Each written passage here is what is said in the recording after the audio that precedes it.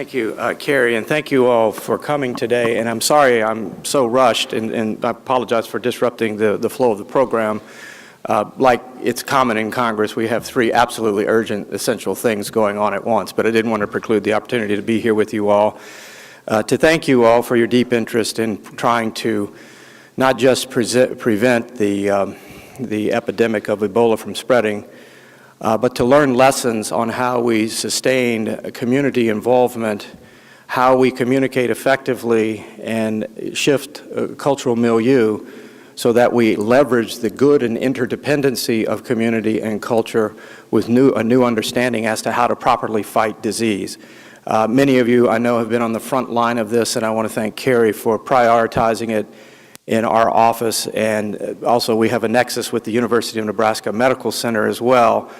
I'm from Nebraska, and they had provided immediate support assistance to the government in trying to treat those affected by the disease.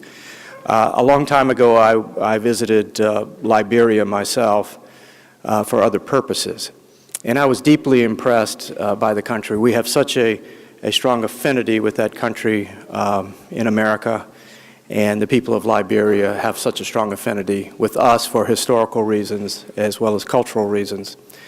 And to watch this devastating impact in that country and the neighboring countries as well is deeply wounding to all of us. And I'm grateful that you all have dedicated a portion of your lives to trying to fight this disease, but also to unpack the lessons learned. In a recent hearing on this, I asked, just a few short months ago, we were looking at the good news of the exponential growth rate slowing.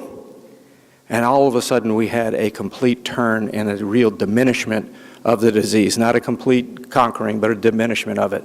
And I asked, what's the singular factor? And there was not a good answer. And that was actually a refreshing answer in Congress. They said, we don't know. But I think that is the question we have to unpack here. What is the key lesson learned? And clearly it comes down to what the focus of a lot of what you're talking about today is. This interaction of community resources and the ability to communicate quickly and shift certain habits that are not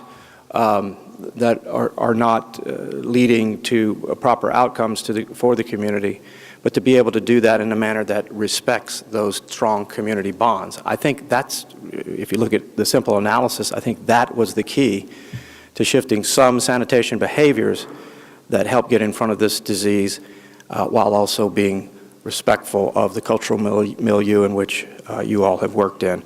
So I wanted to just come by and say thank you all for, again, I guess the privilege, if you will, of being in this position, of being empowered, if you will, to make critical decisions that actually help save lives and protect vulnerable persons, and hopefully into the future build out capacity in the healthcare arena, respecting indigenous culture, but advancing and leveraging communication tools in a manner that we prevent these things from happening in the first place. So thank you all so much. Appreciate it.